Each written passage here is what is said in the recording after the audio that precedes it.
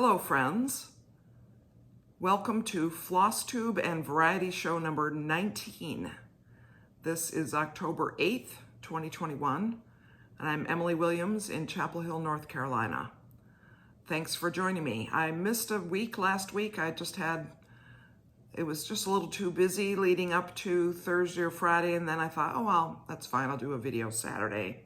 And then Saturday got away from me somehow, and then it got to be Sunday, and that was kind of a busy day. And as I mentioned in some place, it takes some time to get things set up, to do a video, and then to put it all away afterwards. And it's not usually the video itself that I don't have time for. It's the getting ready for the video and the cleaning up afterwards.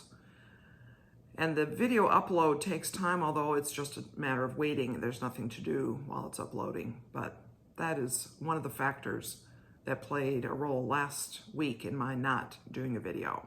So thanks for joining me again, even though I didn't show up last week. So I have a lot to show today, actually. Not all the usual things, though, but I will start with the usual temperature tree. So we're getting down to, closer to the end of the year. I'm very much enjoying this. I'm considering doing it another year, maybe for another location. That would be, because thanks to the internet, you can find the temperatures anywhere, right? So I'm caught up through yesterday. Sorry for all this jiggling. I should have folded this before I came on. Here it is a little farther back. Caught up through yesterday's temperature. I'm working down in here. The oranges are a little cooler, so you see we're starting to get cooler as October ought to be. We've had one or two nice chilly nights, so that's been fun. I'm enjoying that. I'm now thinking about how am I going to actually finish it, and I might make it into a little pillow. I might frame it also. So I don't know, we'll see. We'll find out later. I haven't shown you Ornament in a while, I don't think. This is from Etsy. That one, Temperature Tree, StitchinMommy from Etsy. This is called Ornament, and it's by ZephyrMood on Etsy. And I have now done through this line with the exception of some borders. I think I have not shown you this since I completed this last square right there. I like it. It's funny. It's so interesting to look at this from the camera view when I'm showing it to you, as opposed to up close when I'm stitching it, because I like it better when I look at it on the camera. So I think that we're very critical of our own stitching. That's what I think is part of the factor. But here's the whole thing I've done so far. So I will next finish the borders there, the outside border on the side of that, and then the borders that go beneath those 5 squares. And then the next thing I'm going to work on is probably this big square in the corner. I think that will be fun to do. Will it be this coming week? Maybe, but I mean, maybe, we'll see. Then I'm not going to show you Under the Roof of Blue Ionian Weather, because I truly have worked on it maybe a total of 400 stitches since I last showed it to you. And since it's all gray, I don't even have it within reach. I'm not even going to say I'm not going to show it to you and then actually show it to you after all, which I have done before, as you may remember. I'm really not showing it to you because there's nothing to see. That's also partly why I didn't work on it this past week, because I got a little tired of gray. So I think I'm going to, I need to keep moving on it in order to make my 2-year finish goal, which would be March of 2023. We'll see. But what I did really focus on this past week, starting on the 1st of October, was Salute to Abigail. And it's from this book, Sweet Land of Liberty by Blackbird Designs. And as you know, if you've seen me before, I work on a Blackbird design the first weekend of every month. And I was so taken with this last weekend, which was the first weekend of the month, that I just kept going and I finished it. Look at that. I'm so pleased with this. I did my own DMC version. I'm happy to share the particular colors I used. It's charted for, I think, Weeks Dye Works, something like that, some slightly variegated threads. And I don't have any, and I didn't want to buy it for this. But I really, really enjoyed doing that, and I like how all the motifs came out. Again, Abigail Adams is sort of a family hero. I mean, my family is related to John Adams through cousin connections, back several generations, of course. And Abigail Adams was a very strong and interesting, capable woman of her day, a businesswoman and a manager of their estate, their farm. I guess I should call it a farm. While John Adams was away in Paris and other places serving our country as a diplomat. And then, of course, she was the second first lady because he was the second president of the United States. So I was really happy to finish that. Now, this past week in the mail came a box from Byron's Aunt Mary. Aunt Mary is about to turn 85, I think. I think her next birthday, she'll be 85. She's somewhere in her 80s, maybe 84. She is the younger sister, only sibling of Byron's mother. And she lives in the homestead where the family lived. And Byron's mother and she grew up with Byron's grandparents, Granny Fay and Grandpa Fred. I never knew Grandpa Fred, but I did know Granny Fay. I've mentioned her before on this channel. She was a remarkable, remarkable woman, extremely self-sufficient and strong and capable in every way. And I think I mentioned before that she read her Bible till it wore out, and she remembered what it said. I mean, she was very faith-filled and a Christian woman and such a fun person. Well, Byron and I got married in 1982. And in 1984, having known Granny, and she lived out in the country, and she made a lot of quilts. She made us a wedding quilt. She had made Byron some quilts when he was growing up. And she kept chickens. And I found a pattern, this pattern right here, in this little leaflet called Barnyard Quilts. I found that pattern. And I said I have to do that for Granny. And of course, in the 80s, I was doing a lot of cross stitch. So let me just see if I can show this where you don't get tons of reflection. It's so weird because I was testing this a little while ago and there was no trouble. So sorry about that.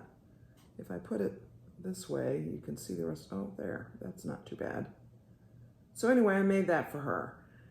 Those three quilts, the double wedding ring quilt in the middle, that's the quilt she made for us when we got married. The other quilts are very typical of quilts she would have made, and of course, they're the chickens. And on the back, I wrote, made for Grandma Fay by Emily Williams, 1985. Anyway, Aunt Mary found this and sent it back to me with a nice note. And I know Granny liked it because it was hanging up in her house all those years. Again, it's from this pamphlet, and believe it or not, this is still available. And so there's those two things on the front, and there's these three also, these other chickens. So if you need cross stitch for chickens, these are very good ones.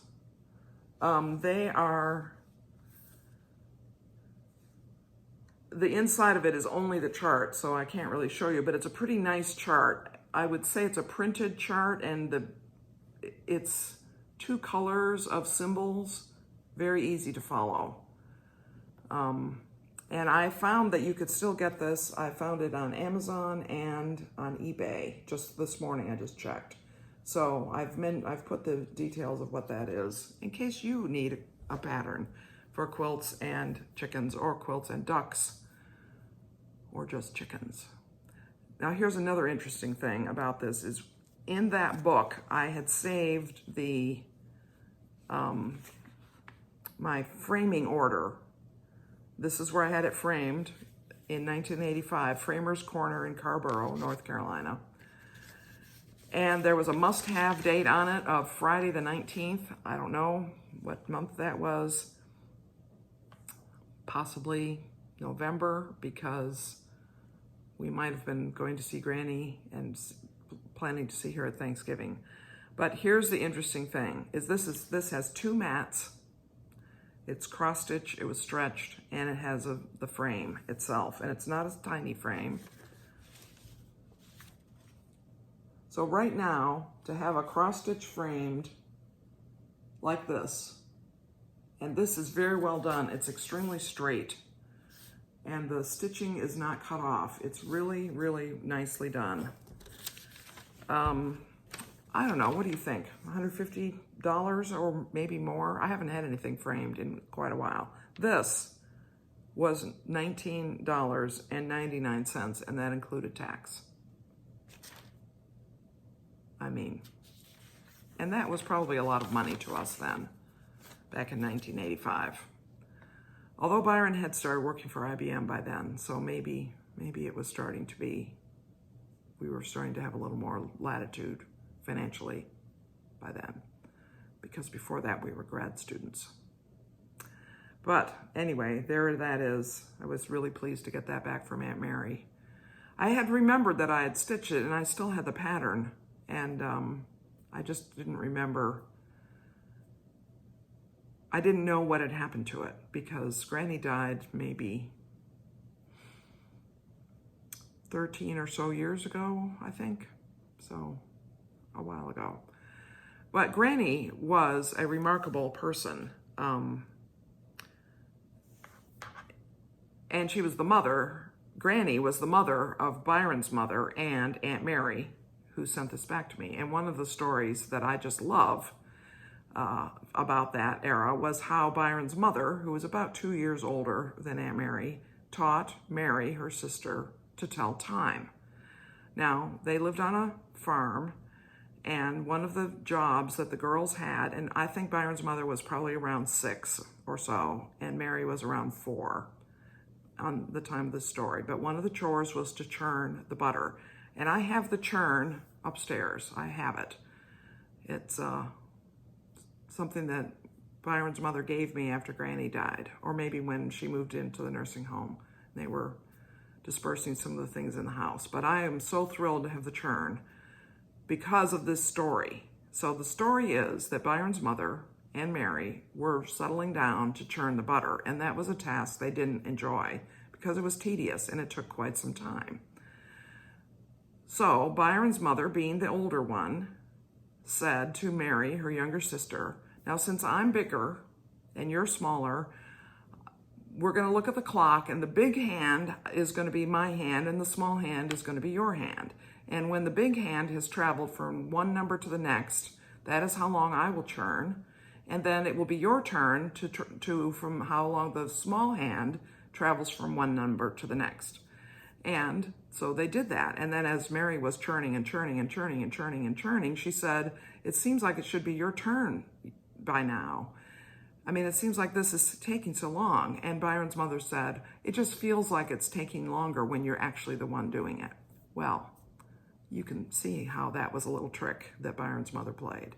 And so she laughed and when she told that story and said that's how Mary learned how to tell time, was to figure out that she was being tricked. So that was kind of funny.